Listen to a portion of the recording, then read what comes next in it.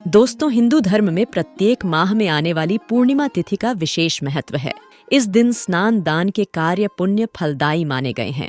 पूर्णिमा के दिन भगवान विष्णु और माँ लक्ष्मी की पूजा अर्चना की जाती है। मान्यता है कि ऐसा करने से जीवन में सुख, समृद्धि और खुशहाली आती है और व्यक्ति को सभी दुख, कष्ट और पापों से छुटकारा मिलता है। कुछ ही दिनों में नए साल 2025 की शुरुआत होने वाली है। दृक पंचांग के अनुसार साल 2025 की पहली पूर्णिमा 13 जनवरी दिन सोमवार को है। पौष माह में पड़ने के कारण इसे पौष पूर्णिमा कहा जाएगा। मान्यताओं के अनुसार इस दान पुण्य के कार्यों बेहद शुभ फल मिलते हैं। इसके अलावा इस दिन गरीबों और जरूरतमंदों को अपनी क्षमतानुसार दान दक्षिण देना उत्तम माना जाता है। आइए जानते हैं साल 2025 की पहली पूर्णिमा तिथि की सही तिथि और स्नान दान मुहूर्त के बारे में। लेकिन उससे पहले दोस्तों, अगर आप भी चाहते हैं कि माँ लक्ष्मी का वास आपके के घर में हमेशा बना रहे, तो इस वीडियो को लाइक करके चैनल को जरूर सब्सक्राइब कर ले और कमेंट में जय माँ लक्ष्मी लिखना ना भूले। पंचांग के अनुसार पौष माह शुक्ल पक्ष की पूर्णिमा तिथि का आरंभ 13 जनवरी 2025 को सुबह 5:03 पर होगा और अगले दिन 14 जनवरी 2025 को सुबह 3:56 पर समाप्त होगा। ऐसे में उदया तिथि के अनुसार 13 जनवरी दिन सोमवार को पौष पूर्णिमा मनाया जाएगा। पौष पूर्णिमा के दिन रवि योग, वैधृति योग और विष्कंभ योग का निर्माण हो रहा है। इस मुहूर्त में धर्म कर्म के कार्य उत्तम फलदायी माने गए हैं। पौष पूर्णिमा जनवरी 2025 का शुभ मुहूर्त होगा। 13 जनवरी को सुबह 5:27 से 6:21 तक ब्रह्म मुहूर्त है। इस मुहूर्त में पवित्र नदी में स्नान करना शुभ माना जाता है। इसके बाद दान पुण्य के कार्य करने चाहिए। वहीं विजय मुहूर्त होगा। 2:15 से 2:57 तक रवि योग होगा। 7:15 से 10:38 तक अशुभ मुहूर्त की अगर बात करें तो हिंदू धर्म में राहुकाल और भद्राकाल में धर्म कर्म के कार्यों की मनाही होती है। मान्यता है कि इस मुहूर्त में कोई भी कार्य आरंभ करने से नकारात्मक परिणाम मिल सकते हैं। इसका राहुकाल मुहूर्त होगा 8:34 से 9:53 तक और भद्राकाल का समय होगा 7:15 से 4:26 तक। आइए अब जानते हैं पौष पूर्णिमा की पूजा विधि। धार्मिक मान्यता है कि पौष पूर्णिमा के दिन प्रातःकाल पवित्र नदी, जलाशय या फिर घर पर ही गंगाजल मिले जल से स्नान करें और व्रत का संकल्प लेकर सूर्य देव को लाल पुष्प ढालकर जल का अर्घ्य दे। अब घर के मंदिर में भगवान विष्णु और माँ लक्ष्मी जी की प्रतिमा स्थापित कर धूप दीप जलाए और उन्हें नैवेद्य व फल फूल अर्पित करें। पूर्णिमा के दिन भगवान सत्यनारायण की कथा पढ़े या सुने। कथा के बाद आरती कर ले। रात्रि में चंद्रमा को अर्घ्य देकर व्रत संपन्न करे। अब बात करते हैं पौष पूर्णिमा के नियम के बारे में। पौष पूर्णिमा के दिन तामसिक चीजों का सेवन नहीं करना चाहिए। इस दिन किसी से वाद विवाद नहीं करना चाहिए। इस दिन द्वार पर आए जरूरतमंद को खाली हाथ नहीं लौटना चाहिए। पौष पूर्णिमा के दिन बिना स्नान किए अन्न ग्रहण नहीं करना चाहिए। पौष पूर्णिमा के दिन व्रत रखकर लक्ष्मी नारायण जी की पूजा करनी चाहिए। इस दिन सूर्य भगवान की पूजा कर अर्घ्य देना चाहिए। इस दिन रात्रि में चंद्रमा की पूजा कर अर्घ्य देना शुभ होता है। इस दिन गंगा स्नान के बाद तिल, गुड़, कंबल और ऊनी वस्त्र दान करने चाहिए। पौष पूर्णिमा का महत्व के बारे में बात करें तो वैदिक ज्योतिष और हिंदू धर्म से जुड़ी मान्यता के अनुसार पौष सूर्य देव का माह कहलाता है। इस मास में सूर्य देव की आराधना से मनुष्य को मोक्ष की प्राप्ति होती है। इसलिए पौष पूर्णिमा के दिन पवित्र नदियों में स्नान और सूर्य देव को अर्घ्य देने की परंपरा है। पौष का महीना सूर्य देव का माह है और पूर्णिमा चंद्रमा की तिथि है। अतः सूर्य और चंद्रमा का यह अद्भुत संगम पौष पूर्णिमा की तिथि को ही होता है। इस दिन सूर्य और चंद्रमा दोनों के पूजन से मनोकामनाएं पूर्ण होती है और जीवन में आने वाली बाधाएं दूर होती है। तो आइए दोस्तों, अब बात करते हैं पौष पूर्णिमा पर किए जाने वाले कुछ महत्वपूर्ण उपायों के बारे में। पौष पूर्णिमा के दिन पानी में गंगा जल मिलाकर और कुश हाथ में लेकर स्नान करना चाहिए। पौष पूर्णिमा पर भी पीपल के वृक्ष पर माँ लक्ष्मी का आगमन होता है। अतः सुबह उठकर पीपल के पेड़ के सामने कुछ मीठा चढ़ाकर जल अर्पित करें। चावल का संबंध चंद्रमा से होता है और पूर्णिमा के दिन चावल का दान करने से चंद्रमा की स्थिति कुंडली में मजबूत होती है। अतः पौष पूर्णिमा के दिन चावल का दान करना अति शुभ होता है। पौष पूर्णिमा के दिन पति पत्नी चंद्रमा को दूध का अर्घ्य अवश्य दें। इससे दाम्पत्य जीवन में मधुरता बनी रहती है। पौष पूर्णिमा के दिन चंद्रोदय के समय चंद्रमा को कच्चे दूध में चीनी और चावल मिलाकर ओम स्रां श्रीं स्रौं स चंद्रमसे नम अथवा ओम ए क्लीन सोमाय नम मंत्र का जप करते हुए अर्घ्य देना चाहिए। इससे जीवन में चल रही आर्थिक समस्या खत्म होती है। पौष पूर्णिमा की रात में चंद्रोदय पर अपने घर के मंदिर में धन लाभ के लिए श्री यंत्र व्यापार वृद्धि यंत्र, कुबेर यंत्र एकाक्षी, नारियल दक्षिणवर्ती शंख रखें। इनको साबुत अक्षत के ऊपर स्थापित करने से लाभ होगा। पौष पूर्णिमा के दिन भगवान सत्यनारायण देवी शाकंभरी तथा माता अन्नपूर्णा देवी की पूजा विशेष रूप से की जाती है। इस दिन पूजन करना ना भलें।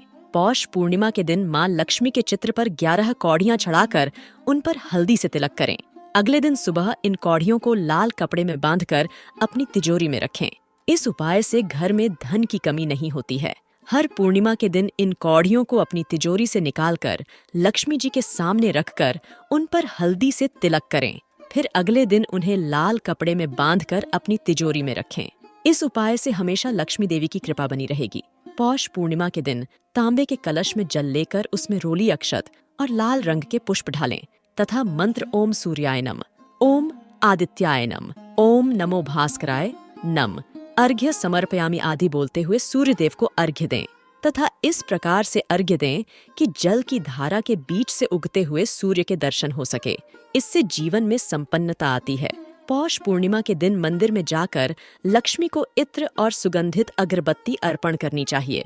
धन सुख समृद्धि और ऐश्वर्य की देवी माँ लक्ष्मी से अपने घर में स्थायी रूप से निवास करने की प्रार्थना करें।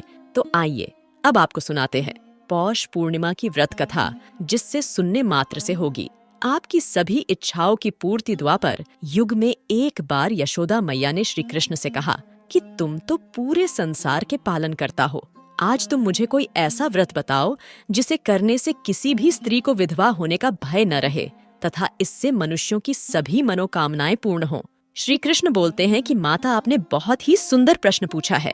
मैं आपको इसके बारे में विस्तार पूर्वक बताता हूँ। सौभाग्य प्राप्ति के लिए महिलाओं को 32 पूर्णमासियों के व्रत को करना चाहिए। इससे उनकी सभी मनोकामनाएं पूर्ण होती हैं और उन्हें सौभाग्यवती होने का आशीष मिलता है। अब मैं आपको इससे जुड़ी हुई कथा सुनाता हूँ। इस भूमंडल पर एक अत्यंत प्रसिद्ध राजा चंद्रहास से पालित अनेक प्रकार के रत्नों से परिपूर्ण कातिका नाम की एक नगरी थी। वहां पर धनेश्वर नाम का एक ब्राह्मण था और उसकी स्त्री अति सुशीला रूपवती थी। दोनों ही उस नगरी में बड़े प्रेम के साथ रहते थे। घर में धन धान्य आदि की कमी नहीं थी, लेकिन उनको एक बड़ा दुख था कि उनकी कोई संतान नहीं थी। इस कष्ट से वह अत्यंत दुखी रहते थे। एक दिन एक बड़ा तपस्वी योगी उस नगरी में आया। वह योगी उस ब्राह्मण के घर को छोड़कर अन्य सब घरों से भिक्षा लाकर भोजन किया करता था, लेकिन रूपवती से वह भिक्षा नहीं लिया करता था। एक समय वह किसी अन्य घर से भिक्षा लेकर गंगा किनारे जाकर भिक्षान्न को प्रेम पूर्वक खा रहा था। तभी धनेश्वर ने योगी को देखा और अपनी भिक्षा के अनादर से दुखी होकर योगी से बोला, महात्मन, आप सब घरों से भिक्षा लेते हैं, परंतु मेरे घर की भिक्षा कभी भी नहीं लेते। इसका कारण क्या है? योगी ने कहा कि निःसंतान के घर की भीख पतितों के अन्न के तुल्य होती है और जो पतितों का अन्न खाता है वह भी पतित हो जाता है। चूंकि तुम निःसंतान हो, अतः पतित हो जाने के भय से मैं तुम्हारे घर की भिक्षा नहीं लेता हूँ। धनेश्वर यह बात सुनकर अपने मन में बहुत दुखी हुआ और हाथ जोड़कर योगी के पैरों पर गिर पड़ा तथा आर्तभाव से कहने लगा, हे महाराज, यदि ऐसा है तो आप मुझको पुत्र प्राप्ति का उपाय बताइए। आप सर्वज्ञ हैं, मुझ पर अवश्य ही यह कृपा कीजिए। धन की मेरे घर में कोई कमी नहीं, परंतु मैं पुत्र न होने के कारण अत्यंत दुखी हूँ। आप मेरे इस दुख का हरण करें। आप सामर्थ्यवान हैं। यह सुनकर योगी कहने लगे, हे ब्राह्मण, तुम चंडी देवी की आराधना करो।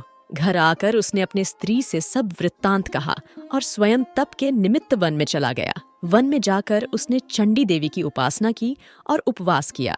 चंडी देवी ने 16वें दिन उसको स्वप्न में दर्शन दिया और कहा, हे धनेश्वर, तुझे पुत्र होगा, परंतु वह 16 वर्ष की आयु में ही मृत्यु को प्राप्त हो जाएगा। यदि तुम दोनों पति पत्नी 32 पूर्णमासियों का व्रत विधि पूर्वक करोगे तो वह दीर्घायु होगा। जितनी तुम्हारी सामर्थ्य हो उतने आटे के दिए बनाकर शिवजी का पूजन करना और पूर्णमासी का व्रत रखना। प्रातःकाल होने पर इस स्थान के समीप ही तुम्हें एक आम का वृक्ष दिखाई देगा। उस पर चढ़कर एक फल तोड़कर शीघ्र अपने घर चले जाना और अपनी स्त्री से सब वृत्तांत कहना। जब वह श्री शंकर जी का ध्यान करके उस फल को खा लेगी, तब भगवान शंकर की कृपा से वह गर्भवती हो जाएगी। जब वह ब्राह्मण प्रातःकाल उठा तो उसने उस स्थान के पास ही एक आम का वृक्ष देखा जिस पर एक आम का फल लगा हुआ था। उस ब्राह्मण ने उस आम के वृक्ष पर चढ़कर उस फल को तोड़ने का प्रयत्न किया, परंतु कई बार प्रयत्न करने पर भी वह वृक्ष पर न चढ़ पाया। तब उस ब्राह्मण को बहुत चिंता हुई और वह विघ्न विनाशक श्री गणेश जी की वंदना करने लगा और बोला, हे दयानिधे, अपने भक्तों के विघ्नों का नाश करके उनके मंगल कार्य को करने वाले, दुष्टों का नाश करने वाले, रद्द सिद्धि को देने वाले, आप मुझ पर कृपा करके इतना बल दें कि मैं अपने मनोरथ को पूर्ण कर सकूं।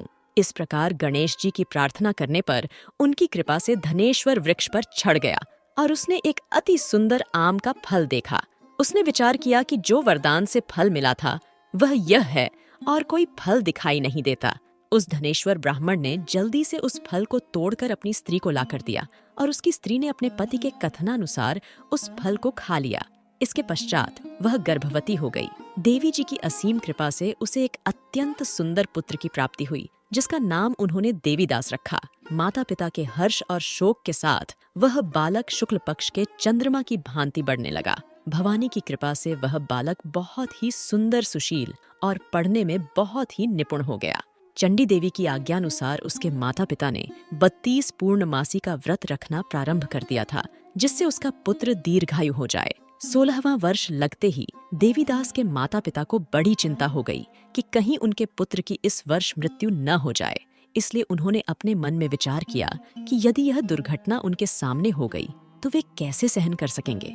उन्होंने देवीदास के मामा को बुलाया और कहा कि हमारी इच्छा है कि देवीदास 1 वर्ष तक काशी में जाकर विद्याध्ययन करे और हम उसको अकेला भी नहीं छोड़ना चाहते, इसलिए साथ में तुम चले जाओ और 1 वर्ष के पश्चात इसको वापस लौटा लाना। सब प्रबंध करके उसके माता पिता ने काशी जाने के लिए देवीदास को एक घोड़े पर बैठाकर उसके मामा को उसके साथ विदा कर दिया। धनेश्वर ने अपनी पत्नी के साथ अपने पुत्र की मंगल कामना तथा दीर्घायु के लिए भगवती दुर्गा की आराधना और पूर्णमासियों का व्रत करना आरंभ कर दिया। इस प्रकार उन्होंने 32 पूर्णमासी का व्रत पूरा किया। कुछ समय पश्चात एक दिन वह दोनों मामा और भांजा मार्ग में रात्रि बिताने के लिए किसी ग्राम में ठहरे हुए थे। उस दिन उस गांव में एक ब्राह्मण की अत्यंत सुंदरी, सुशीला, विदुषी और गुणवती कन्या का विवाह होने वाला था। जिस धर्मशाला के अंदर वर और उसकी बारात ठहरी हुई थी, उसी धर्मशाला में देवीदास और उसके मामा भी ठहरे हुए थे। संयोगवश कन्या को तेल आदि चढ़ाकर मंडप आदि का कृत्य किया जा रहा था, लेकिन लग्न के समय वर को धनुर्वात हो गया।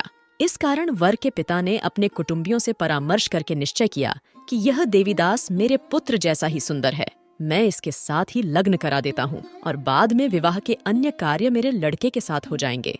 ऐसा सोचकर उन्होंने देवीदास के मामा से जाकर बोला कि तुम थोड़ी देर के लिए अपने भांजे को हमें दे दो, जिससे विवाह के लग्न के सारे कृत्य सुचारू रूप से हो सके। तब उसका मामा कहने लगा कि जो कुछ भी कन्यादान के समय वर को मिले वह सब हमें दे दिया जाए तो मेरा भांजा इस बारात का दूल्हा बन जाएगा। यह बात वर के पिता ने स्वीकार कर ली और उसने अपने भांजे को वर बनने के लिए भेज दिया और उसके साथ सब विवाह कार्य रात्रि में विधि पूर्वक संपन्न हो गया। पत्नी के साथ वह भोजन न कर सका और अपने मन में सोचने लगा कि न जाने यह कैसी स्त्री होगी। वह एकांत में इसी सोच में पड़ गया तथा उसकी आंखों में आंसू आ गए। तब वधू ने पूछा कि क्या बात है, आप इतने उदासीन व दुखी क्यों हो रहे हैं। तब उसने सब बातें जो वर के पिता व उसके मामा में हुई थीं, उसको बतला दी। तब कन्या कहने लगी कि यह ब्रह्म विवाह के विपरीत कैसे हो सकता है। देव, ब्राह्मण और अग्नि के सामने मैंने आपको ही अपना पति बनाया है, इसलिए आप ही मेरे पति हैं। मैं आपकी ही पत्नी रहूंगी, किसी अन्य की कदापि नहीं। तब देवीदास ने कहा, ऐसा मत करिए, क्योंकि मेरी आयु बहुत कम है। मेरे पश्चात आपकी क्या गति होगी, इन बातों को अच्छी तरह विचार लो। परंतु वह दृढ़ विचार वाली स्त्री थी। बोली कि जो आपकी गति होगी वही मेरी गति होगी। हे स्वामी, आप उठिए और भोजन करिए, आप निश्चय ही भूखे होंगे। इसके बाद देवीदास और उसकी पत्नी दोनों ने भोजन किया तथा शेष रात्रि वे सोते रहे। प्रातःकाल देवीदास ने अपनी पत्नी को 3 नगों से झड़ी हुई एक अंगूठी दी एक रुमाल दिया और बोला, हे प्रिय, इसे लो और संकेत समझकर स्थिर चित्त हो जाओ। मेरा मरण और जीवन जानने के लिए एक पुष्प वाटिका बना लो, उसमें सुगंधि वाली एक नव मल्लिका लगा लो, उसको प्रतिदिन जल से सींचा करो और आनंद के साथ खेलो, कूदो तथा उत्सव मनाओ। जिस समय और जिस दिन मेरा प्राणांत होगा, ये फूल सूख जाएंगे, और जब ये फिर हरे हो जाएं, तो जान लेना कि मैं जीवित हूँ। यह समझाकर वह चला गया। प्रातःकाल होते ही वहां पर गाजे बाजे बजने लगे, और जिस समय विवाह के कार्य समाप्त करने के लिए वर तथा सब बाराती मंडप में आए, तो कन्या ने वर को भली प्रकार से देखकर अपने पिता से कहा कि यह मेरा पति नहीं है, मेरा पति वही है जिसके साथ सत्र में मेरा पाणी ग्रहण हुआ था। इसके साथ मेरा विवाह नहीं हुआ है। यदि यह वही है तो बताए कि मैंने इसको क्या दिया। मधु पर्क और कन्यादान के समय जो मैंने भूषणादि दिए थे उन्हें दिखाए, तथा रात में मैंने क्या गुप्त बातें कही थीं वह सब सुनाए। पिता ने उसके कथनानुसार वर को बुलवाया गया। कन्या की यह सब बातें सुनकर वह कहने लगा कि मैं कुछ नहीं जानता। इसके पश्चात लज्जित होकर वह वहां से चला गया, और सारी बारात भी अपमानित होकर वहां से लौट गई। भगवान श्री कृष्ण बोले, हे माता, इस प्रकार देवीदास काशी विद्याध्ययन के लिए चला गया। जब कुछ समय बीत गया तो काल से प्रेरित होकर एक सर्प रात्रि के समय उसको ढसने के लिए वहां पर आया। उस विषधर के प्रभाव से उसके शयन का स्थान चारों ओर से विष से विषैला हो गया, परंतु व्रत के प्रभाव से उसको काट न पाया, क्योंकि पहले ही उसकी माता ने 32 पूर्णिमा का व्रत कर रखा था। इसके बाद मध्याह्न के समय स्वयं काल वहां पर आया और उसके शरीर से उसके प्राणों को निकालने का प्रयत्न करने लगा, जिससे वह मूर्छित होकर पृथ्वी पर गिर पड़ा। भगवान की कृपा से उसी समय पार्वती जी के साथ भगवान शंकर वहां पर आ गए। उसको मूर्छित दशा में देखकर पार्वती जी ने भगवान शंकर से प्रार्थना की कि हे प्रभु, इस बालक की माता ने पहले 32 पूर्णिमा का व्रत किया था, जिसके प्रभाव से हे भगवान आप इसको प्राणदान दें। भवानी के कहने पर भक्त वत्सल भगवान शिव ने उसको प्राणदान दे दिया। इस व्रत के प्रभाव से काल को भी पीछे हटना पड़ा और देवीदास स्वस्थ होकर बैठ गया। उधर उसकी स्त्री उसके काल की प्रतीक्षा किया करती थी। जब उसने देखा कि उस पुष्प वाटिका में पत्र पुष्प कुछ भी नहीं रहे, तो उसको अत्यंत आश्चर्य हुआ, और जब वह वैसे ही हरी भरी हो गई तो वह जान गई कि वह जीवित हो गए हैं। यह देखकर वह बहुत प्रसन्न मन से अपने पिता के कहने लगी कि पिताजी, मेरे पति जीवित हैं, आप उनको ढूंढना शुरू करें। जब 16वां वर्ष व्यतीत हो गया तो देवीदास भी अपने मामा के साथ काशी से चल दिया। इधर उसके ससुर उसे ढूंढने के लिए अपने घर से जाने वाले ही थे कि वह दोनों मामा भांजा वहां पर आ गए। देवीदास को आता देखकर उसका ससुर बड़ी प्रसन्नता के साथ अपने घर में ले आया। उस समय नगर के निवासी भी वहां इकट्ठे हो गए और सबने निश्चय किया कि अवश्य ही इसी बालक के साथ इस कन्या का विवाह हुआ था। उस बालक को जब कन्या ने देखा तो पहचान लिया और कहा कि यह तो वही है जो संकेत करके गया था। तदुपरांत सभी कहने लगे कि भला हुआ जो यह आ गया, और सब नगरवासियों ने आनंद मनाया। श्री कृष्ण जी कहने लगे कि इस प्रकार धनेश्वर 32 पूर्णिमाओं के व्रत के प्रभाव से पुत्रवान हो गया। जो भी स्त्रियां इस व्रत को करती हैं वे जन्म जन्मांतर में वैधव्य का दुख नहीं भोगती और सदैव सौभाग्यवती रहती हैं। यह मेरा वचन है, इसमें कोई संदेह नहीं है। यह व्रत पुत्र पौत्रों को देने वाला तथा संपूर्ण मनोकामनाओं को पूर्ण करने वाला है। 32 पूर्णिमाओं के व्रत करने से व्रत की सब इच्छाएं भगवान शिवजी पूर्ण करते हैं। इसके साथ ही आपको बता दे, पौष पूर्णिमा का महाकुंभ से क्या है संबंध और इसका क्या है महत्व। पौष माह की पूर्णिमा तिथि से महाकुंभ मेले की शुरुआत होती है। यह दिन श्रद्धालुओं के लिए मोक्ष प्राप्ति के अवसर प्रदान करता है। महाकुंभ और पौष पूर्णिमा के बीच धार्मिक और आध्यात्मिक तौर पर गहरा संबंध है। यह आयोजन विश्व का सबसे बड़ा आध्यात्मिक आयोजन माना जाता है। इस भव्य आयोजन में देश विदेश से लोग हिस्सा लेने के लिए आते हैं। आइए जानते हैं महाकुंभ की पौष पूर्णिमा से संबंध। पौष पूर्णिमा महाकुंभ का महत्व। पवित्र शाही स्नान महाकुंभ में पौष पूर्णिमा के दिन से पहले पवित्र शाही स्नान की शुरुआत होगी। यह महाकुंभ का पहला शाही स्नान होगा। इस बार पौष पूर्णिमा 13 जनवरी 2025 को मनाई जाएगी। इस दिन गंगा, यमुना और सरस्वती के संगम में स्नान करना विशेष पुण्यकारी माना जाता है। धार्मिक कार्यों की शुरुआत पौष पूर्णिमा के दिन से साधु संत अपने अनुयायियों के साथ महाकुंभ क्षेत्र में अपने आध्यात्मिक अनुष्ठान और ध्यान धारणा का आरंभ करते हैं। साथ ही शाही स्नान की शुरुआत करते हैं। चंद्र और पौष मास का संयोग पौष पूर्णिमा उस समय आती है जब पौष मास में चंद्रमा पूर्णता को प्राप्त करता है। यह दिन सकारात्मक ऊर्जा और आध्यात्मिक शुद्धि का प्रतीक माना जाता है। यह दिन किसी नए कार्य की शुरुआत करने के लिए शुभ माना जाता है। पौष पूर्णिमा के दिन शाही स्नान का महत्व। सनातन धर्म में पौष पूर्णिमा तिथि के शुभ अवसर पर पवित्र नदियों में स्नान करना अत्यंत शुभ माना जाता है।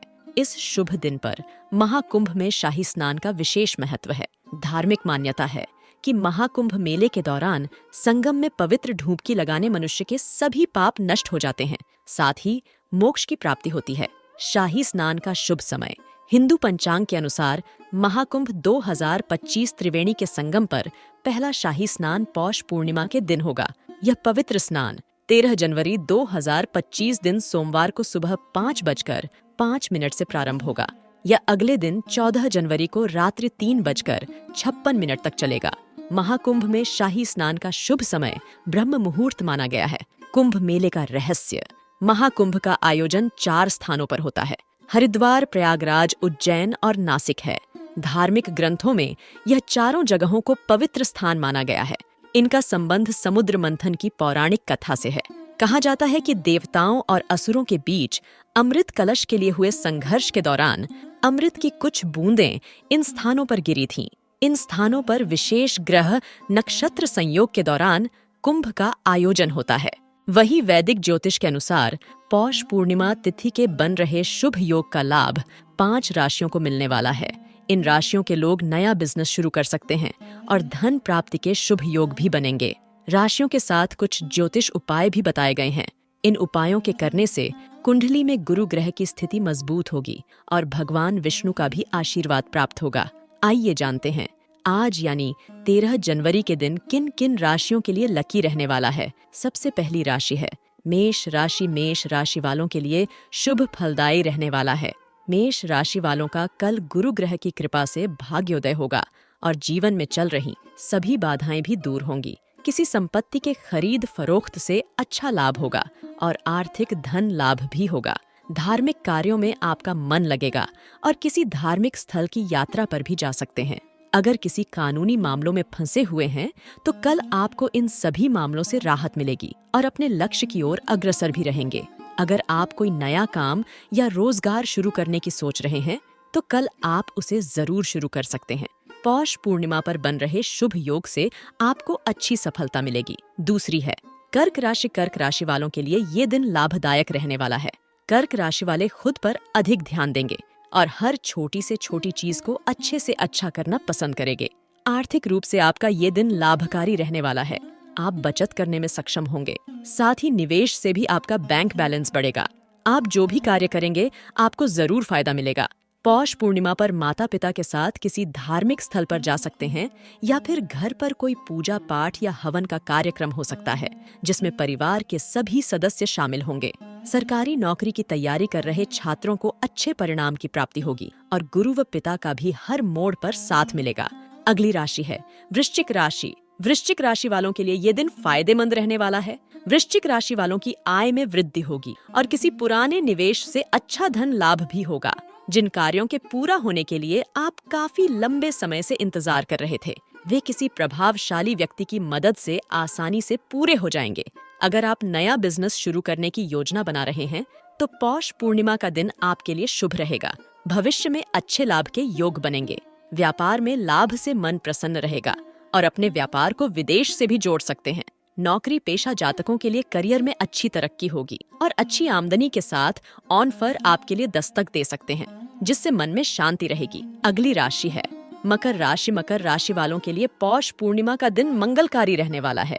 मकर राशि वालों को भगवान विष्णु का आशीर्वाद प्राप्त होगा और आप अपनी प्रतिभा का भरपूर लाभ उठाने में सफल हो सकते हैं। लाभ प्राप्ति के लिए बनाई गई योजनाओं से आपको अच्छा लाभ मिलेगा और आपके सकारात्मक व्यवहार की वजह से आसपास का माहौल भी अच्छा रहेगा।